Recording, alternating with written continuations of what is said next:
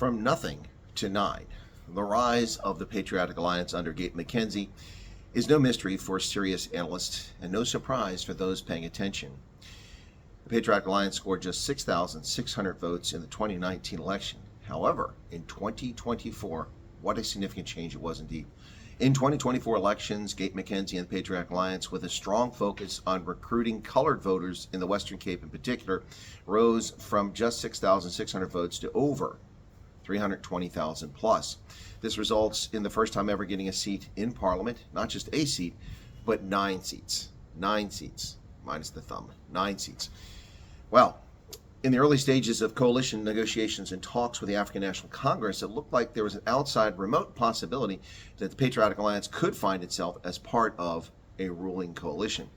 However, that seems less and less likely. There's been fewer and fewer news reports, very little attention being paid to Gayton McKenzie, other than his joy at being selected for Parliament, which is understandable. He campaigned hard, he worked very hard to convince people that he's not the criminal that he was 25 years ago, that he is in fact potentially a decent politician who can change things for South Africa. The end result is that his party garnered 9 seats in Parliament. They're now larger than Action SA or the Freedom Front Plus.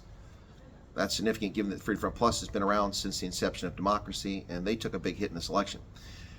So, what happens with coalitions? It seems increasingly less likely that Gayton McKenzie and the PA will be part of a ruling coalition unless they somehow decide to join the so-called Government of National Unity. We all wait with bated breath as it's now Tuesday, just days before Parliament sits on Friday. And if we don't hear an answer soon, we're all going to be shaking our head. What will be the government? Who's going to vote for whom?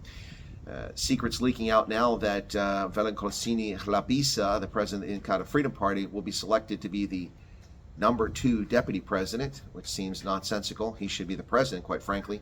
The ANC and the DA both should be humble and not select someone from their ranks. But the PA had a chance to be a kingmaker in this current electoral outcome. They could have been a kingmaker if, for instance, the ANC felt forced into coalition with the Economic Freedom Fighters and Julius Malema. If that had happened, which I've been predicting is unlikely, if that had happened, that gives the ANC and the EFF 198 seats, just short of the 201 they need to rule in Parliament. So, McKenzie's 9 seats would push them over by more than a comfortable margin.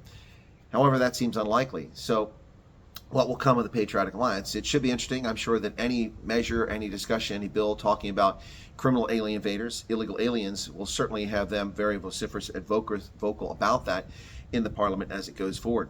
However, they appear to be poised to play no significant role in this new government, but things can happen. Things can change. It's Tuesday morning.